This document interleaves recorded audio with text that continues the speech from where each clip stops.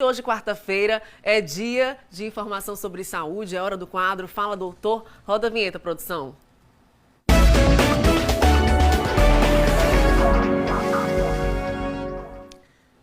Olha, a prótese de silicone é um objeto que pode ser implantado no corpo de um paciente com o intuito de substituir ou remodelar órgãos ou partes do corpo. Geralmente utilizado para fins estéticos, estes implantes são usados para aumentar o volume dos seios, embora também possam ser aplicados nas nádegas ou qualquer outra área. Sobre o assunto, eu recebo aqui no estúdio a cirurgiã plástica, a doutora Aline Vasconcelos. Ela já está aqui com a gente ao vivo e a partir de agora você pode tirar as suas dúvidas e curiosidades sobre prótese de silicone. Seja bem-vinda, doutora. Muito obrigada pela presença. Bom dia.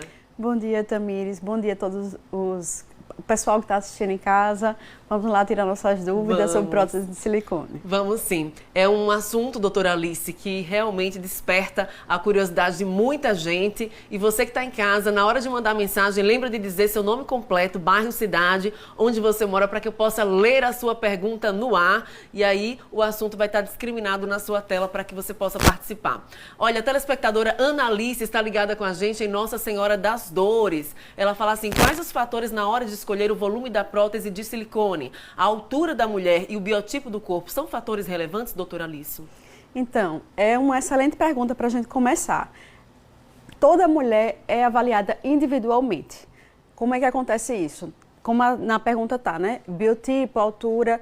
Como é que a gente faz na hora da consulta? Primeiro a gente sabe a altura e o peso da paciente, a largura do tórax e, claro, o quanto que ela quer de volume. Tem mulheres que querem dizer assim, eu quero onde eu chegar, eu quero todo mundo perceba que eu fiz a cirurgia plástica, que eu coloquei prótese de silicone. Como tem pessoas que não, eu quero um volume pequeno. Então, tudo isso conta. Conta do biotipo da pessoa, mas também é muito importante o desejo da própria paciente. Então, na consulta a gente vai conversar e juntos, o paciente e a médica vamos decidir qual o tamanho ideal para essa pessoa. Então, por isso que é tão importante a consulta, né? Uma consulta prévia, para que sejam analisados todos esses fatores, porque nada é feito aleatoriamente. Jamais, nada é feito aleatoriamente. Exatamente. Tudo, nós fazemos muitas medidas. E é a partir dessas medidas que fazemos a escolha da prótese. E vamos a mais perguntas aqui no quadro Fala Doutor. Jéssica Araújo está ligadinha em Estância. Bom dia, população estanciana. A cirurgia, doutora, dura em média quanto tempo? E como deve ser o pós-operatório? Então, a cirurgia básica de inclusão de prótese de mama, ela dura aproximadamente 1 a 2 horas. Claro que depende da técnica usada, não existe uma técnica só, existem várias técnicas. Mas comumente 1 a 2 horas. Sobre o pós-operatório. O pós-operatório eu digo que é a parte tão importante quanto a cirurgia. Por quê? O pós-operatório é a hora do paciente se dedicar àquilo que foi tão sonhado. É o momento mais importante da paciente se resguardar e cumprir tudo que foi recomendado pela médica. Existe a posição de dormir, existe a posição dos braços.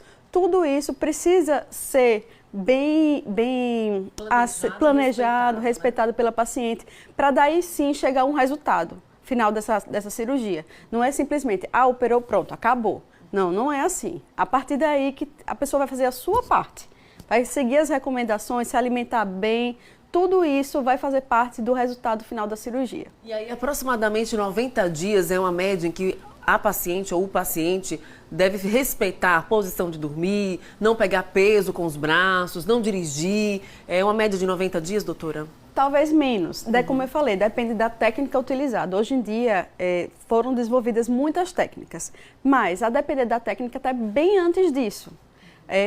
Algumas vezes até antes de um mês a gente consegue liberar, mas como eu falei, cada caso é um caso. A gente tem que individualizar cada caso e daí a gente decidir juntas quanto tempo ela vai passar para se recuperar totalmente. Perfeito. Tem mais perguntas chegando hoje, mitos e verdades sobre prótese de silicone. Telespectadora Maria Júlia ligadinha com a gente em Diaroba. Bom dia para todos aí. É verdade que o corpo pode rejeitar a prótese, doutora? Nesse caso, a mulher precisa pagar outra cirurgia para retirar a prótese? Então, Tamires, Desculpa. Telespectadora Maria Júlia. Isso, então, Maria Júlia, essa é uma pergunta muito complexa. É assim, hoje em dia a gente tem informação muito fácil, né? Nas redes sociais, na internet, o celular está na mão. E isso confunde um pouco as pessoas. Quando ela falou de rejeição, Rejeição é um acontecimento extremamente raro. Rejeição não é contratura. Contratura é uma coisa até que acontece mais comumente com as pessoas que colocam a prótese de silicone. São coisas diferentes. A rejeição é uma reação imunológica do próprio corpo da paciente. Isso que eu falei que é extremamente raro. A contratura é uma cápsula que o corpo fabrica ao redor da prótese. Isso não é doença, isso não precisa ser retirado. Todo caso vai ser individualizado.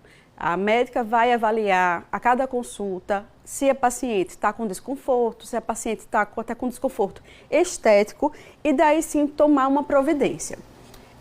Sobre a pergunta de pagar outra cirurgia. Isso é legal, quando tudo depende do contrato feito com o médico. Se no contrato tem especificado essas partes de rejeição, contratura, tudo, daí cada contrato vai seguir e vai determinar o que vai acontecer, certo? Mas, como eu falei, não dá para a gente generalizar e dizer uma resposta. Ah, sim, o médico tem que pagar essa parte, o paciente tem que pagar essa cirurgia. Não tem como a gente chegar a essa conclusão assim. É importante que isso seja conversado antes, né? Isso, tudo determinado antes da cirurgia. Vamos a mais perguntas aqui, doutora Alice. Maria Helena ligadinha lá no município de Barra dos Coqueiros. Quando a mulher põe silicone, ela pode amamentar? Olha, essa é uma dúvida frequente, né, das mulheres. E a boa notícia, doutora, pode falar. Tamires já adiantou, mas vamos lá. É uma pergunta muito frequente essa, muito frequente mesmo. Então, ela pergunta se pode amamentar depois da cirurgia. Claro que pode amamentar. Por quê? Como é que isso acontece? Na cirurgia de inclusão de prótese de silicone, nós não danificamos a glândula mamária. A prótese é colocada ou abaixo do músculo ou abaixo da glândula mamária.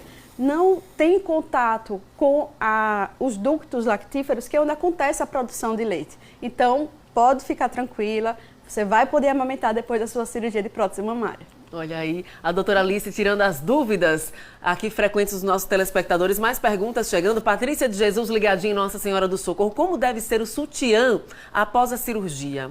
Porque, obviamente, há mais peso, né? É um corpo estranho ali no corpo da mulher e tudo isso causa um estranhamento. Como é que deve ser o sutiã?